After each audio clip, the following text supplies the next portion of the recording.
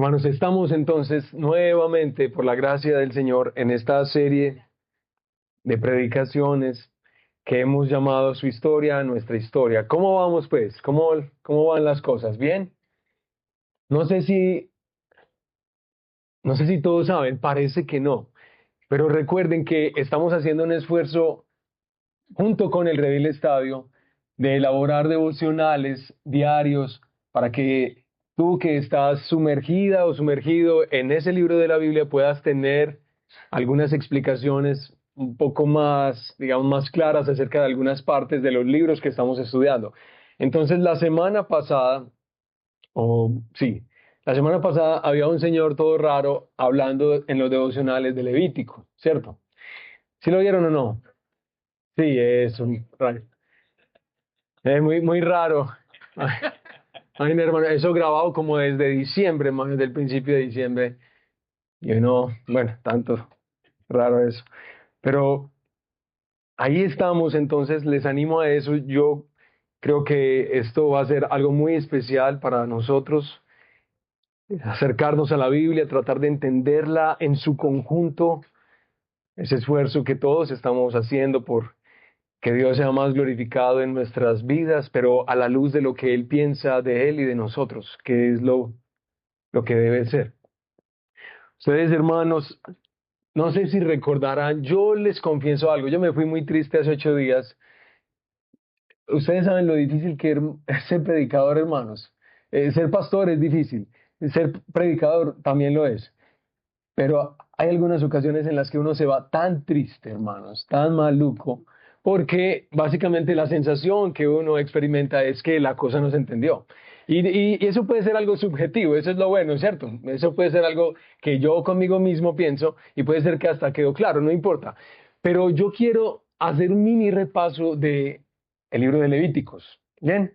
Para que podamos empatarlo con el libro que sigue, que es ¿cuál? Bueno, perdón, eso, muy bien. Están en la jugada. Hey Wilder, no te saludé, ¿cómo estás? Bien, un hermanito. A todos los saludé, yo creo, menos a Wilder. Muy bien, a ti también te saludé. Muy bien. Básicamente lo que traté de decirles en el último libro que compartimos, que fue el libro de Levítico, sobre todo en el capítulo 19, hermanos, que habla una parte acerca de la ley de santidad, es que Dios nos invita a ser como Él y a ser como Él en todas las áreas de nuestra vida. Eso quedó claro. Y que quedó claro el hecho de que Dios nos invita a ser como Él en todas las áreas de la vida al involucrarnos, al incorporarnos en una relación con Él, la relación que hace posible que seamos ahora llamados santos y en la relación en la que se nos va a cambiar. También eso quedó claro. Gracias al Señor. Qué bueno. Ser como el Señor entonces trataba de explicarles ese día y también esta mañana a los hermanos del Rey del Estadio. Ser como el Señor en todas las áreas de la vida va a significar para nosotros en el Redil América que en todo lo que nos resulta difícil rendir al Señor o en todas esas áreas en las que vemos más claramente el pecado, todas esas áreas en nuestra vida hemos de abrirlas al Señor y de incorporarlas a esa relación, no tratar de taparlas cuando llegamos a esa relación o cuando más bien disfrutamos de esa relación que ya existe, sino que todo lo llevamos a la luz del Señor y en el contexto de la relación que sostenemos con Él. Ser como Él en todas las áreas de nuestra vida. Bueno, ahora pasamos a este libro que es en un sentido tan distinto al libro de Levítico. Pasamos al libro de Números, porque aquí, hermanos, sí hay de todo. Si en Levítico había leyes y normas y esas cosas que son agotadoras, aquí sí hay chisme fresco al que le guste. Aquí sí hay de qué hablar, hermano, del prójimo. Es un libro muy especial, me ha parecido a mí, y creo que no solamente, pues lo digo por mí, sino que ustedes van a ver que en sus notas a pie de página, en sus Biblias, van a encontrar que en el libro de Números va a ser muy citado por autores del Antiguo Testamento y del Nuevo Testamento. Para ellos era muy importante, fue muy importante ver la historia que se describe aquí en Israel, sobre todo en su experiencia del desierto. Y recuerdan aún, por ejemplo, ese texto de Primera de Corintios capítulo 10, cuando Pablo literalmente está citando todos esos años de peregrinación y cuando él dice que todo eso a nosotros nos fue dado como ejemplo para que no sigamos sus pasos, los pasos de este pueblo. Pero muchos profetas citan este periodo en la historia de Israel. Es decir, es muy importante esto. Gracias al Señor que tenemos, además de esta exposición introductoria, vamos a tener explicaciones y ustedes van a poder leer en casa un poco mejor. Para darnos un ejemplo, hermanos, de la experiencia de Israel en el desierto, vamos a leer, por favor, el capítulo 11. Abran entonces el libro de Números, capítulo 11. Y vamos a leer desde el versículo 1, hermanos, hasta el versículo 15. Y leemos con la disposición de que la sola lectura sea usada por el Señor para nuestro bien. Ya leemos en el nombre del Padre, del Hijo y del Espíritu Santo. El pueblo comenzó a quejarse en la adversidad a oídos del Señor. Y cuando el Señor lo oyó, se encendió su ira. Y el fuego del Señor ardió entre ellos y consumió un extremo del campamento. Entonces el pueblo clamó a Moisés, y Moisés oró al Señor, y el fuego, ¿qué? Se apagó. Y se le dio a aquel lugar el nombre de Tabera, porque el fuego del Señor había ardido entre ellos. El populacho que estaba entre ellos tenía un deseo insaciable. Y también los israelitas volvieron a llorar y dijeron, ¿quién nos dará carne para comer? Nos acordamos del pescado que comíamos gratis en Egipto, de los pepinos, de los melones, los puerros, las cebollas y los ajos, pero ahora no tenemos apetito. Nada hay para nuestros ojos excepto este maná. Y el maná era una semilla de cilantro y su aspecto como el de el bedelio.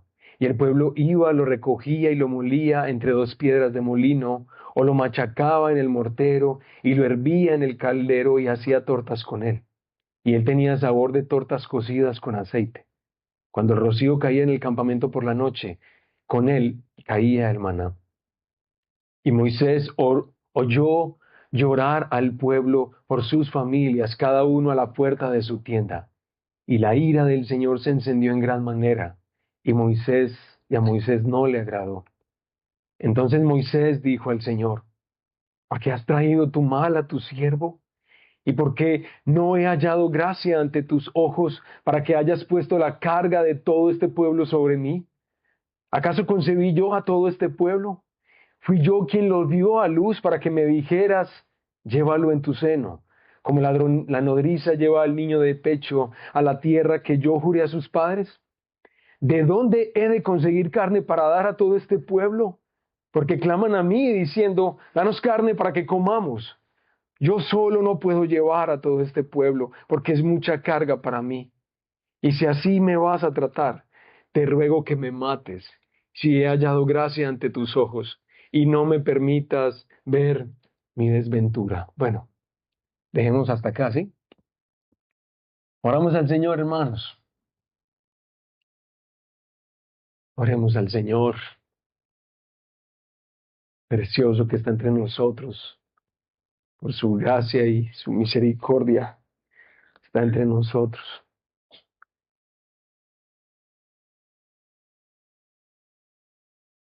Padre nuestro, aquí estamos, Señor, una pequeña parte de tu iglesia, en este lugar, deseando, Señor, que este momento no sea un momento ordinario, natural, elaborado simplemente con nuestros recursos o nuestro esfuerzo humano. Anhelamos verte a ti, conocerte a ti y experimentar tu poder, el de tu resurrección.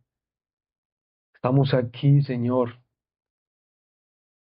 con la esperanza de que estar aquí no sea en vano, de que nuestras mentes sean renovadas, de que nuestro corazón sea cambiado, de que nuestro trato hacia nuestros hijos, hacia nuestra esposa, hacia nuestro cónyuge, hacia nuestras familias, vecinos, Señor, la manera en la que entendemos nuestra historia pueda ser renovada. Tenemos tantas expectativas, Padre. Por eso nos alegramos al pensar en tu Hijo Jesucristo, no en nuestras piedades, no en nuestras justicias, no en lo bien que hemos procedido. Descansamos en el proceder de tu Hijo Jesucristo, en Él. Por eso es que sentimos esperanza, por eso es que tenemos fe, porque lo miramos a Él, lo miramos a Él, y que tú te complaces en honrar a tu Hijo, haciéndoles bien a todos aquellos a quienes Él representa.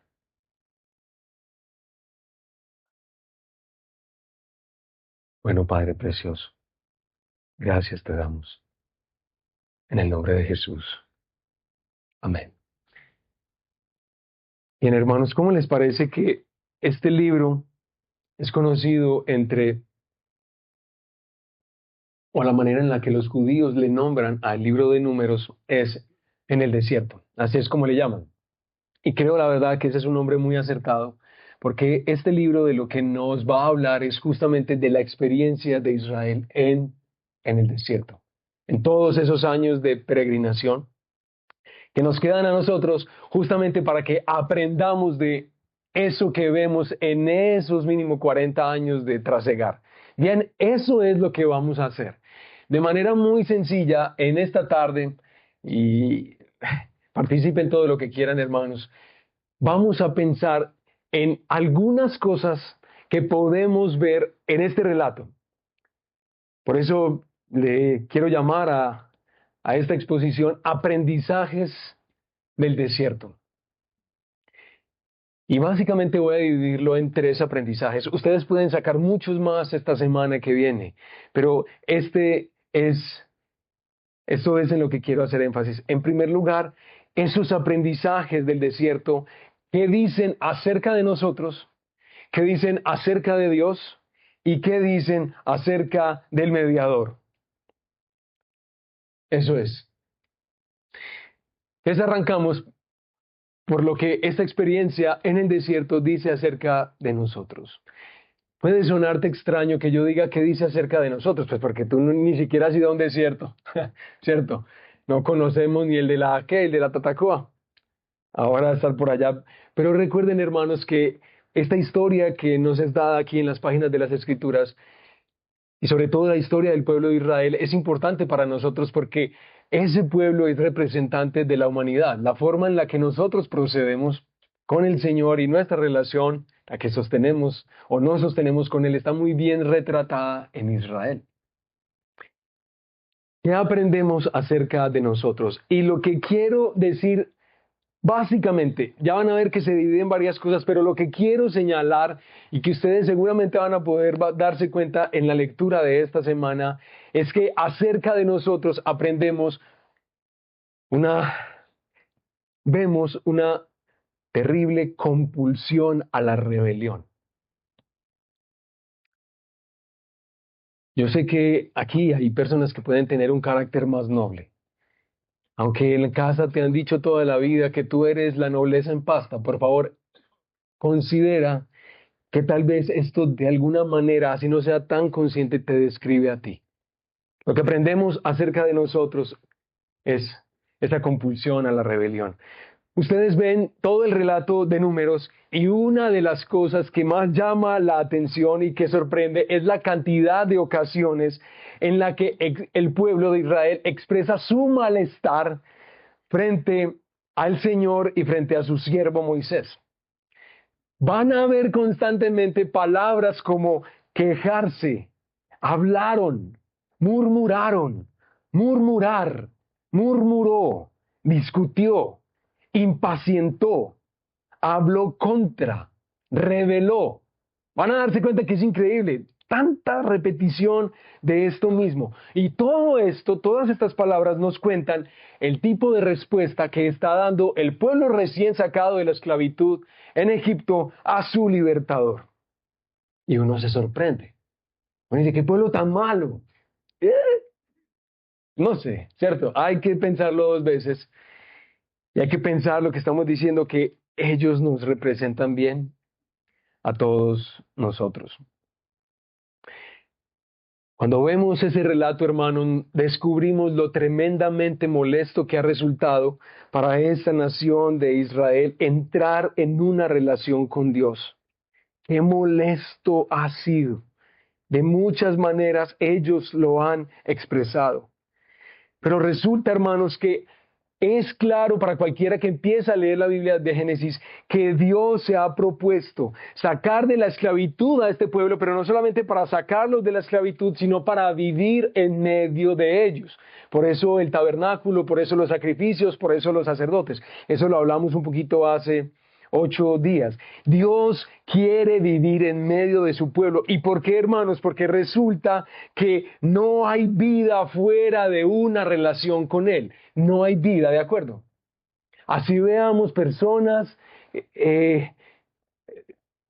montando bicicleta, haciendo deporte, comiendo. No hay vida por fuera de una relación con Dios. Y este pueblo fue llamado a la vida.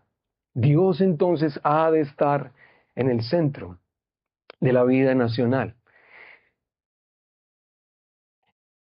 Y ven que de muchas formas se va a expresar esta compulsión interior a la rebelión. Esta vehemente inclinación va a notarse claramente, hermanos, en las ocasiones, por ejemplo, en las que el pueblo hace lo que le da la gana. Ustedes van a ver capítulos del libro de Números que el pueblo hace lo que le da la gana, aún en absoluta contradicción a lo que Dios ya les ha dicho. Y uno dice, obvio, cualquiera que hace lo que le da la gana y sobre todo si ya sabe que no lo debe hacer es un rebelde. Pero yo creo, hermanos, que no solamente de esa forma es que se manifiesta la rebelión de este pueblo contra el Señor.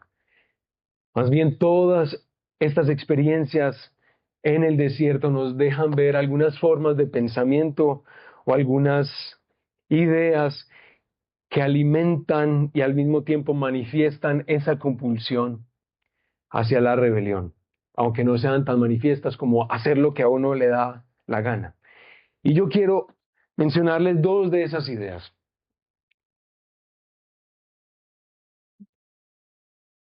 Estamos hablando acerca de nosotros, estamos diciendo que en nosotros podemos ver una compulsión a la rebelión, pero ahora lo que quiero es mencionar dos ideas que creo podemos ver en el libro de Números que alimentan esa compulsión a la rebelión. La primera idea es Dios no es bueno. Dios no es bueno. En nuestro texto del capítulo 11 aparece esta profunda desconfianza ahí en el versículo 1, pero especialmente en el versículo número 4. Y noten la pregunta que el pueblo está haciendo, o más bien gimiendo. ¿Qué es lo que el pueblo dice? ¿Quién nos dará carne para comer? ¿Quién nos dará carne para comer? Entonces la pregunta es, ¿por qué preguntan por quién? ¿Será que ya creen que la respuesta definitivamente no es el Señor y hay que preguntar por otro que tal vez sí les dé lo que quieren? ¿Quién nos dará carne para comer? Porque resulta que en esta pregunta no se está expresando simplemente que ellos quieren un pedazo de carne. No es especialmente eso lo que se está diciendo. Porque si fuera así, la pregunta sería, ¿nos podrías dar carne? Sin embargo, se pregunta es ¿por quién? Por alguien que sí les dé carne. Y hermanos, pensar que Dios se ha cansado de hacernos el bien o de sospechar de su buena voluntad hacia los suyos resulta bastante fácil para nosotros. Aun cuando hace poco se nos sacó de algo tan duro como la esclavitud, aun cuando hemos conocido las misericordias del Señor, podemos tender a sospechar de su bondad. Y este texto que leímos nos habló de adversidad. La adversidad que estaban viviendo es difícil de afrontar para cualquiera. Ninguno de nosotros debería minimizar el sufrimiento propio o ajeno. Sí se está hablando de una adversidad. Sin embargo, hermanos, porque ellos y nosotros podemos pasar por alto la bondad de Dios hacia nosotros tan rápidamente y entregarnos a la búsqueda de otro que sí nos resuelva. Y ustedes saben, en la vida cotidiana, con los problemas, los chicharrones, ¿por qué es tan natural para nosotros ir en busca de otro? Porque empezamos a abrigar sospechas acerca de la buena voluntad de Él hacia mí. ¿Por qué, hermanos, nos preguntamos, por qué cualquier aparente retraso del Señor en su respuesta? ¿O por qué su negativa de darnos lo que deseamos se convierte en una profunda desconfianza hacia Él? Yo quisiera proponerles como respuesta, hermanos, la rebelión. Otra idea que se va a manifestar a lo largo de este libro, además de Dios no es bueno o una sospecha acerca de la bondad de Dios hacia nuestras vidas, es que sus promesas son de mentiritas. Las promesas del Señor son de mentiritas. Miren, el Señor les había asegurado, cuando los está sacando de la esclavitud, y se lo repite a lo largo de las primeras semanas, les ha asegurado llevarlos a una tierra que es tan buena, tan productiva y tan rica, que se la describe como un lugar del cual fluye ¿qué? Fluye leche y miel. Hermanos, el recorrido que debía hacerse entre Egipto y la tierra prometida Canaán era un recorrido de unas cuantas semanas. Solamente eso. Ellos debían confiar en lo que Dios les había prometido. El plan o la distancia era unas cuantas semanas. Pero nosotros vemos al pueblo, porque esto es las primeras semanas.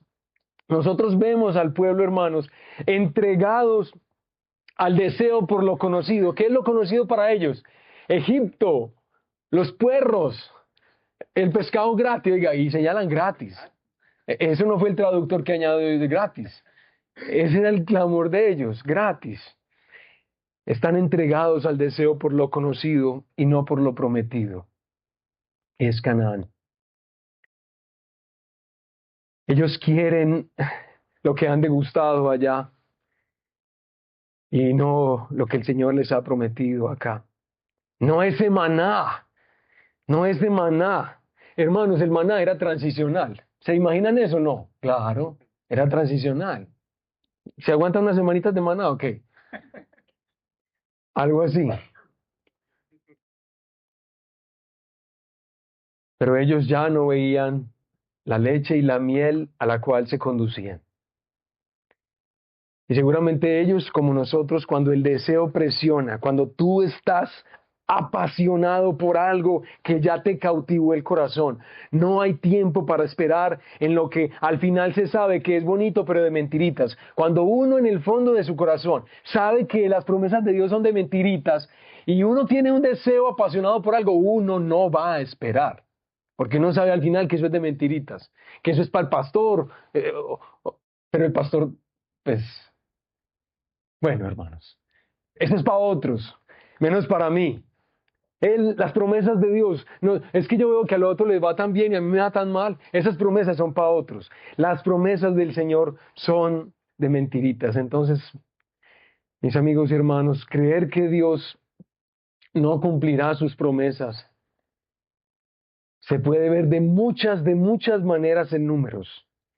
Y cuando lleguen a ese capítulo, cuando se envía espías a la tierra prometida y el pueblo tiene miedo porque los van a matar, ellos aseguran que no van a poseer la tierra prometida, hermanos. ¿En qué termina todo esto? ¿En qué se manifiesta todo esto? ¿Qué demuestra esto? Rebelión. Rebelión. Ellos quieren matar a Moisés, van a apedrear a Moisés, van a apedrear a Aarón. Recuerden que el Señor tiene que intervenir para que no los mate. Acerca de nosotros, y ustedes van a encontrar muchas cosas más. Yo quisiera simplemente que pensaras en que si es verdad este diagnóstico, que hace la escritura de nosotros. Tú le puedes poner otros nombres si quieres, pero en nosotros, hermanos, hay algo que se opone a Dios, a lo que Él nos ha hablado, a lo que Él nos ha dicho acerca de Él y de nosotros mismos, hermanos, y nos rebelamos contra Él. Bueno, acerca de nosotros. Pero también vamos a mencionar algunas cositas acerca de Dios, lo más importante de todo, diría yo, ¿no? Acerca de Dios que aprendemos en números. Recuerden que casi los autores bíblicos veían el libro de números como una historia y ellos empezaban a ver aquellas cosas que demuestran cómo es Dios y cómo es Israel. Ahora vamos a darnos cuenta de eso. Lo que yo quisiera señalar que aprendemos en el libro de números acerca de Dios está expresado en esta frase, hermanos. Dios es invariable en su integridad y fidelidad. Y ojalá te quedes con eso. Lo que aprendemos acerca de Dios en el libro de Números, no solo eso, pero al menos eso es que Dios es invariable en su integridad y en su fidelidad. En primer lugar, quisiera señalar que al Señor tú no lo puedes manipular. ¿Sí sabían eso o no? Hermano, nosotros tenemos muchos problemas con eso.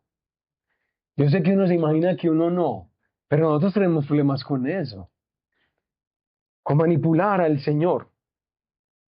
La respuesta que ustedes ven en cada ocasión y que este mismo capítulo nos mostró, la respuesta del Señor a cada rebelión del pueblo terminó en su ira, es decir, en la abierta oposición de Dios a todo lo que es justo y lo que es santo y lo que es verdadero, termina en su ira y en la muerte de muchos. Eso es muy dramático. Ustedes van a ver que es un drama porque hay mucha gente la que muere.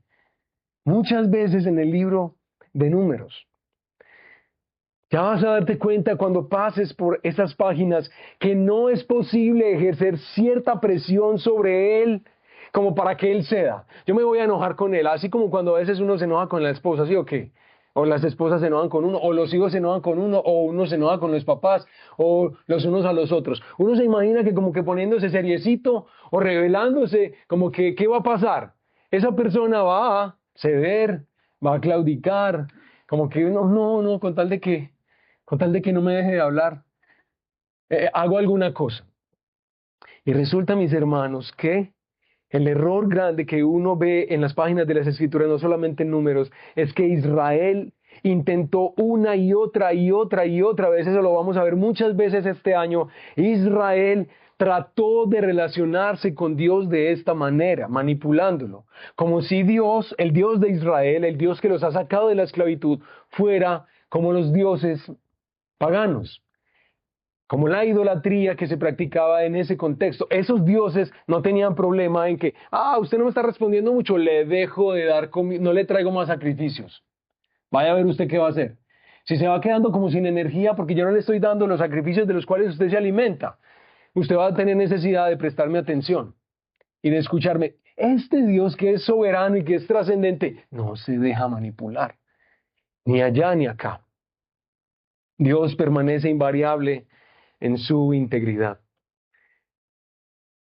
Pero también van a ver que Dios, que permanece invariable en su integridad y fidelidad, es justamente eso. Es fiel. El Señor es fiel. Ustedes, hermanos, pueden ver cuando estén esta semana estudiando este libro del Pentateuco, van a darse cuenta todas las ocasiones en las que se referencia a este libro y la historia de Israel para destacar la fidelidad de Dios. La fidelidad suya en contraposición a la abierta rebelión del pueblo. ¿Cómo es que Dios es así? ¿Cómo es que Dios se comporta de esa manera? ¿Cómo es tan estable en eso que se ha propuesto con su pueblo? Y hermanos, yo quiero leerles por favor el Salmo 78. Miren, vamos por favor allá. Vamos a leer un buen número de versículos, pero yo quiero ayudarles para esta semana que se sumerjan ahí en este hermoso libro y tengan como referencia al Salmo 78. Por favor.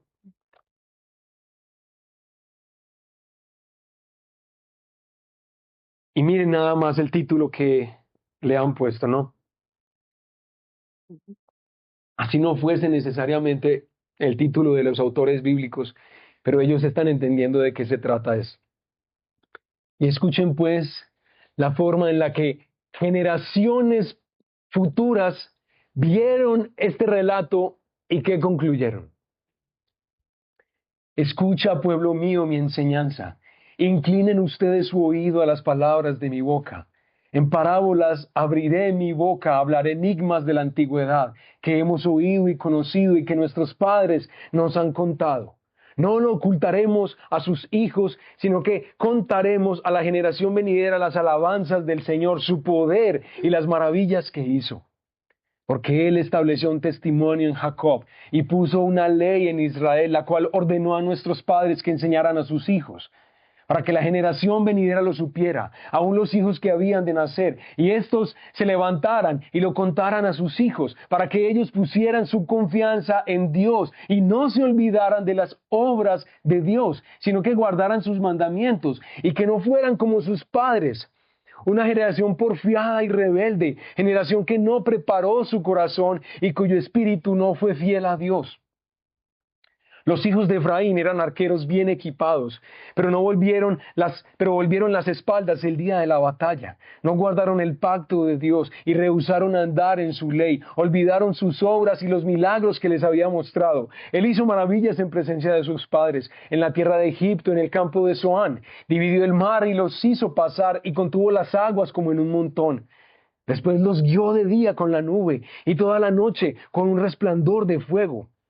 Partió las rocas en el desierto y les dio agua tan abundante como las profundidades del océano. Hizo salir corrientes de la peña e hizo descender aguas como ríos, pero aún siguieron pecando contra él, rebelándose contra el Altísimo en el desierto. Y en sus corazones tentaron a Dios, pidieron comida a su gusto, hablaron contra Dios y dijeron, ¿podrá Dios preparar mesa en el desierto? Entonces él golpeó la roca y brotaron aguas y torrentes se desbordaron. ¿Podrá también dar pan? ¿Proveerá carne para su pueblo? Por tanto, al oírlo, el Señor se indignó. Un fuego se encendió contra Jacob y aumentó también la ira contra Israel, porque no creyeron en Dios, ni confiaron en su salvación. Sin embargo, dio órdenes a las nubes arriba y abrió las puertas de los cielos. Hizo llover sobre ellos maná para comer y les dio comida del cielo. Pan de ángeles comió el hombre. Dios les mandó comida hasta saciarlos. Hizo soplar en el cielo el viento del este y con su poder dirigió el viento del este. Él hizo llover sobre ellos carne como polvo, aladas aves como arena de los mares, y las hizo caer en medio del campamento, alrededor de sus viviendas. Comieron y quedaron bien saciados, y les concedió su deseo. Antes de que hubieran satisfecho su deseo, mientras la comida aún estaba en su boca, la ira del Señor se alzó contra ellos y mató a algunos de los más robustos y subyugó a los escogidos de Israel. A pesar de todo esto, todavía pecaron y no creyeron en sus maravillas. Él, pues, hizo terminar sus días en vanidad y sus años en terror súbito. Cuando los hería de muerte, entonces lo buscaban, y se volvían y buscaban con diligencia a Dios. Se acordaban de que Dios era su roca y el Dios altísimo su redentor. Pero con su boca lo engañaban y con su lengua le mentían, pues su corazón no era leal para con él, ni eran fieles a su pacto. Y ahí va. Pero él, siendo compasivo, perdonaba sus iniquidades y no los destruía.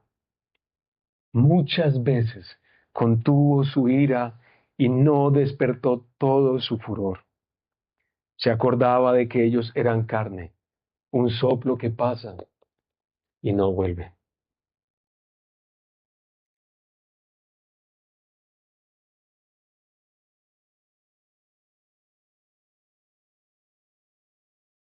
Por la gracia del Señor, mientras pasamos por números en esta semana, hermanos, podamos afirmar nuestro corazón en todo lo que esas historias nos cuentan acerca de Él. Ustedes sabían que no hay ningún ser humano en esta tierra, en el pasado y en el presente, que haya puesto su confianza en el Señor y haya sido defraudado. Ni uno, ni uno. Pero en los aprendizajes del desierto acerca de Dios, además de eso, aprendemos esto que para mí sinceramente es espectacular, hermanos. Y es espectacular porque yo siento que en mi carácter o en mi personalidad, mi forma de ser, yo siento que yo necesito tanto esto.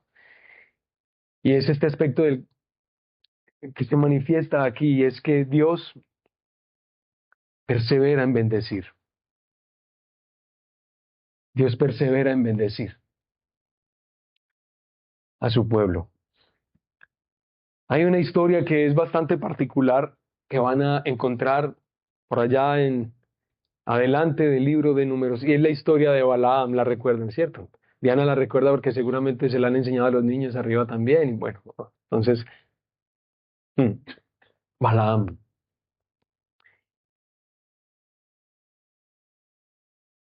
Que la historia de Balaam nos dé esa confianza, que Dios persevera en bendecir a su pueblo, persevera en bendecir a sus hijos, hermanos.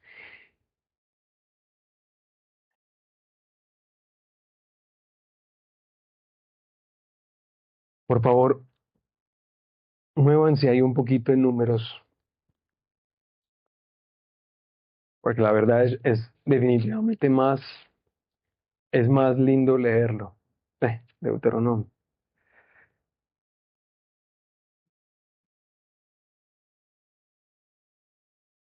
Por favor, miren capítulo 23. Recuerden qué es lo que está pasando. Hay un rey que ve a la multitud de Israel, los ve a la distancia desde una cima y ve la inmensa multitud de Israel.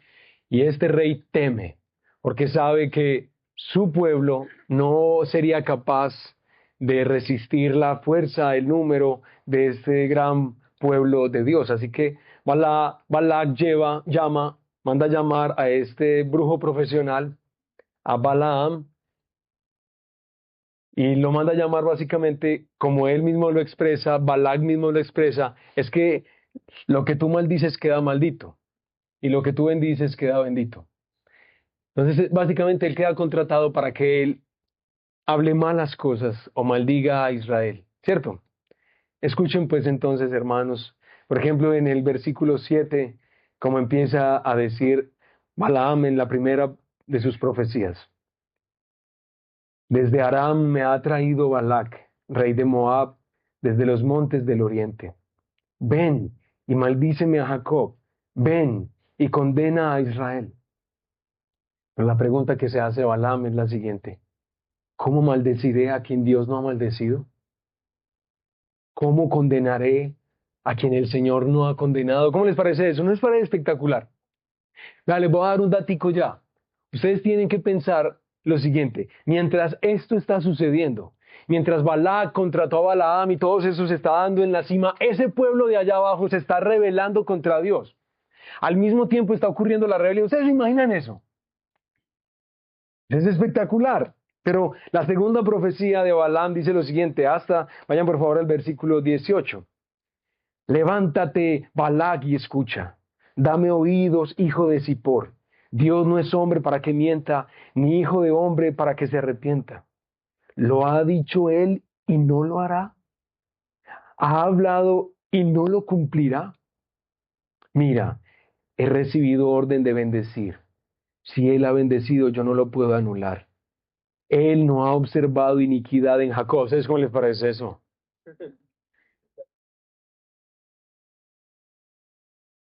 El punto es que, bueno, él no ha observado iniquidad en Jacob, ni ha visto malicia en Israel. En él está el Señor su Dios y el júbilo de un rey está en él.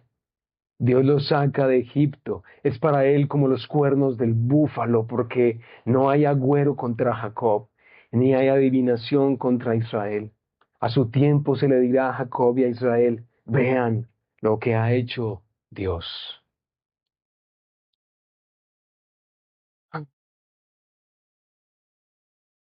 Ahora pasen a la tercera profecía de Balaam, para que vean cómo Dios persevera en bendecir. Versículo 3. Oráculo de Balaam, hijo de Beor, y oráculo del hombre de ojos abiertos. Oráculo del que escucha las palabras de Dios, del que ve la visión del Todopoderoso. Caído, pero con los ojos descubiertos. Cuán hermosas son tus tiendas, oh Jacob, tus moradas, oh Israel, como valles que se extienden, como jardines junto al río, como aloes plantados por el Señor, como cedro junto a las aguas. ¿Ustedes se imaginan la forma en la que se describe este pueblo? Eso es una belleza. Pero nosotros hemos escuchado lo que ha venido pasando, ¿no? Tú has, tú has tenido la linda experiencia en tu vida de ver que alguien que te conoce bien, como por ejemplo en el caso de los que estamos casados, la esposa, porque la mamá de uno lo conoce muy bien, como en algunas áreas de la vida, pero la esposita lo conoce a uno peorcito.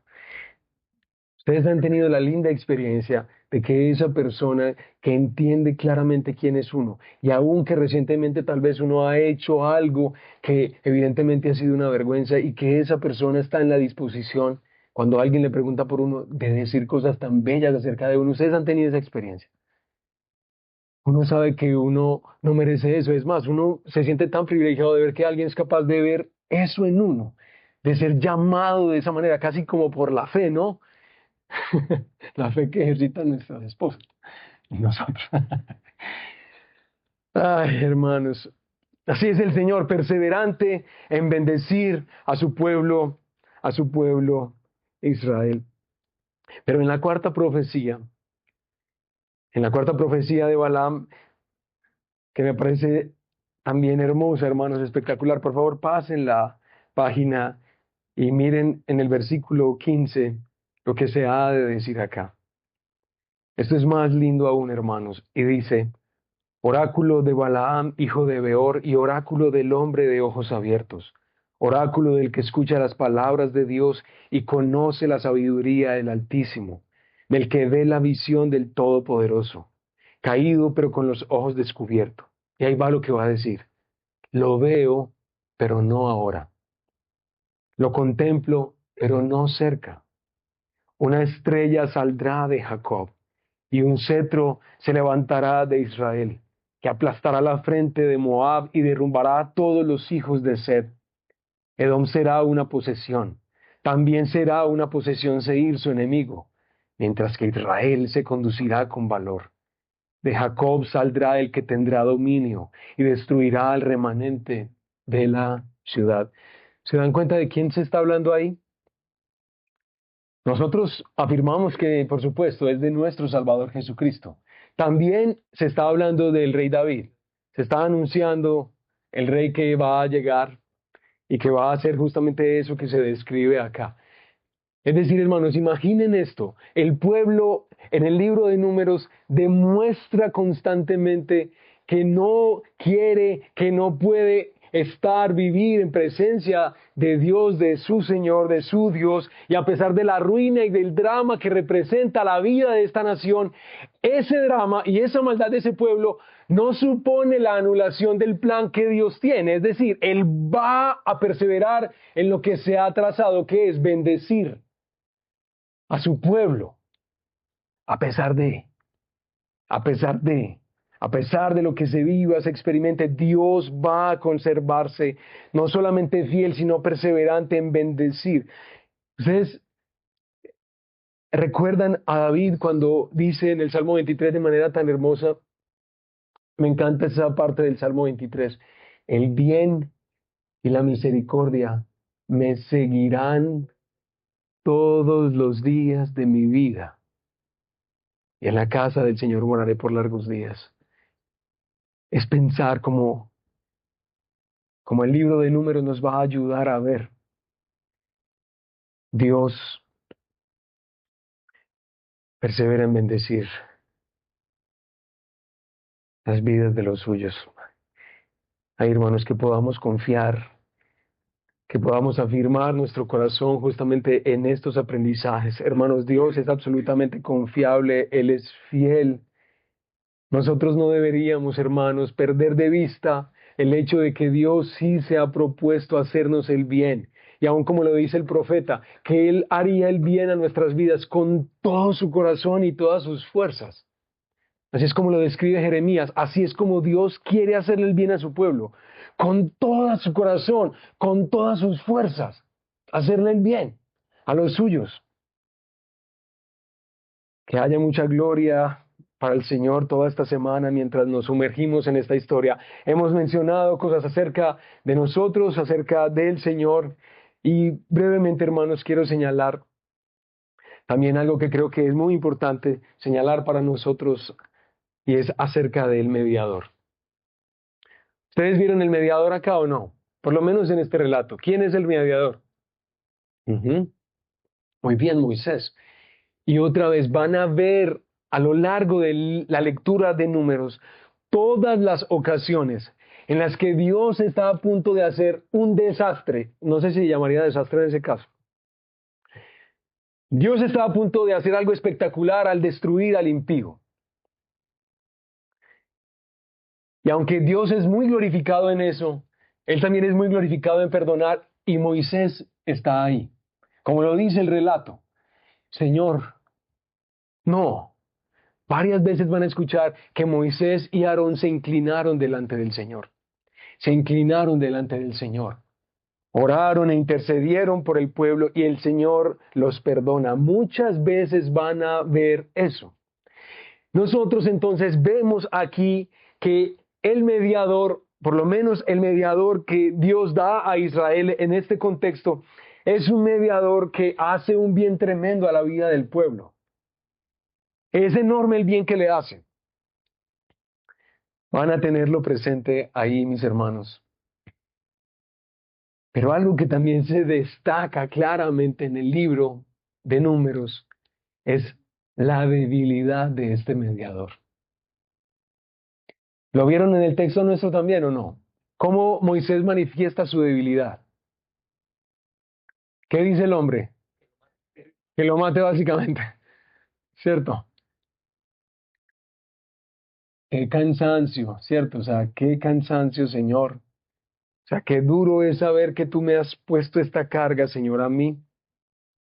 Esta carga de llevar a tu pueblo, que tú me has dicho que los trate como una nodriza, trata al que está cuidando, y que yo piense así, que yo me relacione de esa forma con Israel. Señor, eso es una carga demasiado dura, Señor. Ustedes van a ver que la debilidad de Moisés se manifiesta acá. Aunque él es exitoso en las ocasiones en las que intercede por su pueblo, van a darse cuenta, por ejemplo, también, hermanos, que este querido hombre llega un momento de tal irritación con el pueblo que no honra al Señor delante de ese pueblo. ¿Qué es lo que hace Moisés? Golpear la piedra, ¿recuerdan? Golpear la piedra, y para el Señor resulta gravoso lo que Moisés acaba de hacer. Le dice que él no va a ir a la tierra prometida. Aunque ha sido tremendo mediador, ha sido espectacular toda su obra en medio del pueblo, sin embargo, él es un hombre, y es un hombre pecador, es un hombre débil. Aunque su obra en medio del pueblo es espectacular y es necesaria, hermanos, él es débil. Y esto obviamente nos va a hacer pensar mucho mejor en nuestro Señor Jesucristo, ¿cierto que sí? En Cristo Jesús, nuestro Salvador. Que todo esto es una perfecta, articulada y muy bien pensada elaboración para que el Hijo de Dios fuera más exaltado.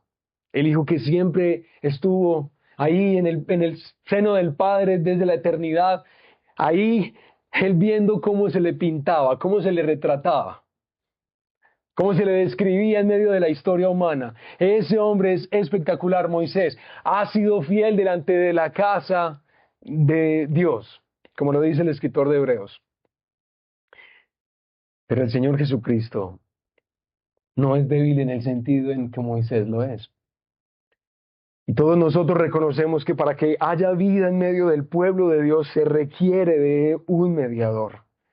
Pero no puede ser Moisés, ni puede ser Aarón.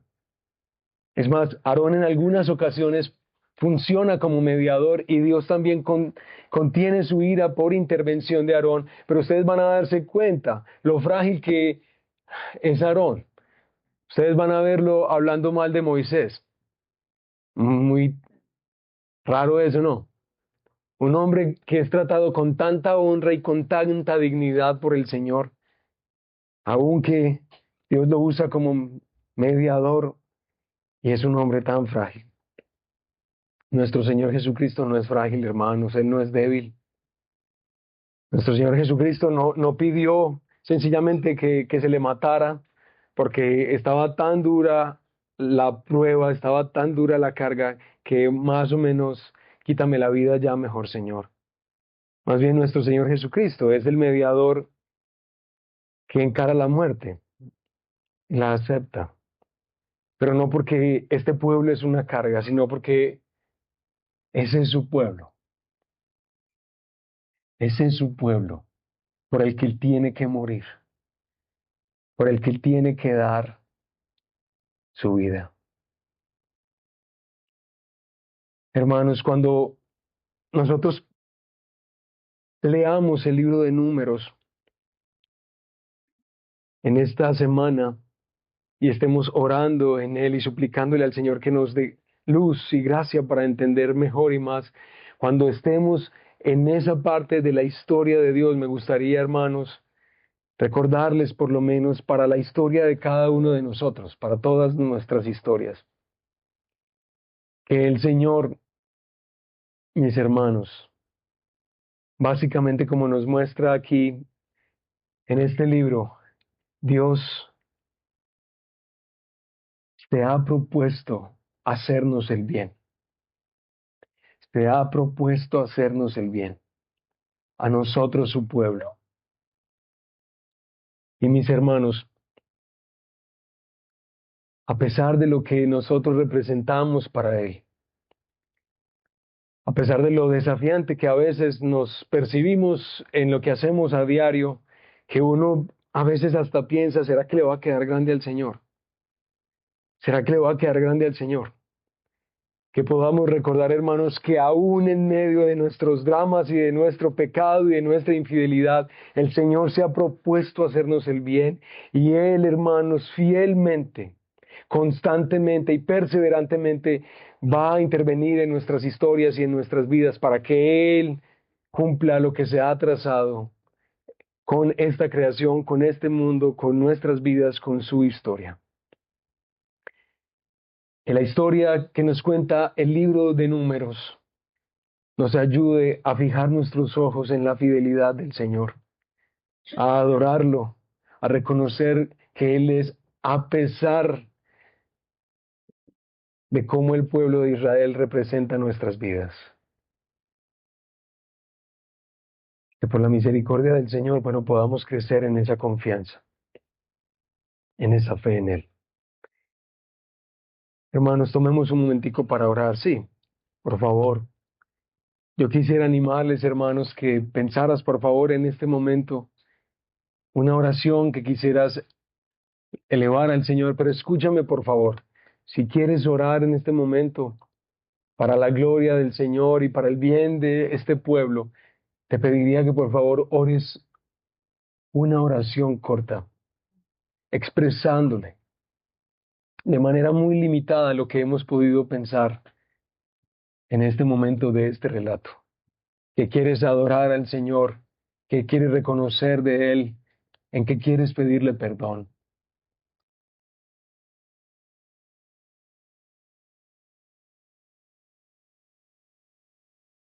¿Cómo quieren hacerlo? Y hagámoslo con confianza. Pongámonos de pie, hermanos, en este momentico. Y levante la voz el que quiera hacerlo. Oremos al Señor. Señor Dios, te adoro porque tú has sido fiel con mi vida. Desde el comienzo, Señor, has pasado por alto mi pecado y has sido bueno y misericordioso. Tú eres fiel, Señor. Bendito seas. Amén.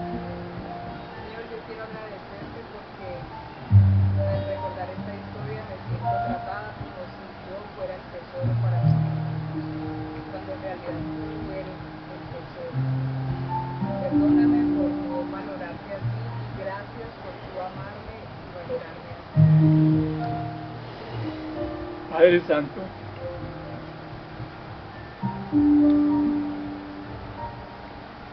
quiero manifestar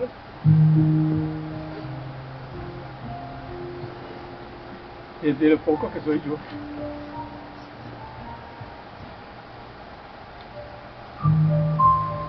mi amor hacia ti.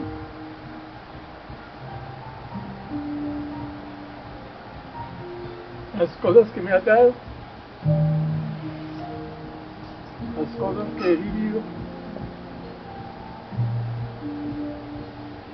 y de la manera como me has dado respuestas, Señor. Como tú pues dices en tu palabra, te pedimos carne, pescado, pero también pudimos agradecer un arroz con huevo, una torta con agua panela.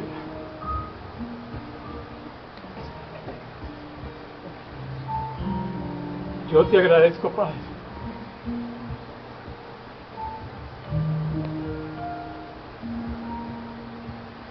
Te agradezco infinitamente,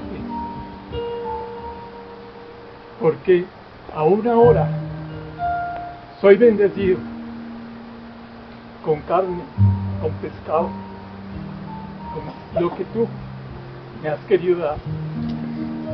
Gracias, Padre. Te amo.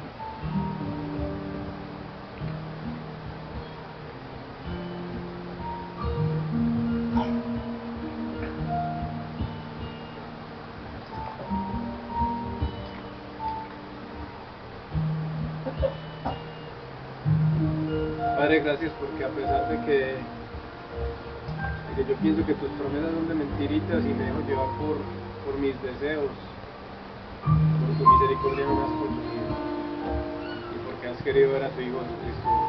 Gracias. Señor, te pedimos perdón porque no somos conscientes que en nuestra rebelión lo que queremos es restarle gloria a tu nombre, Señor. Y esas no son palabras menores. Y antes aquí en el libro de Números, tú constantemente estás afirmando que vas a llenar la tierra de tu pueblo.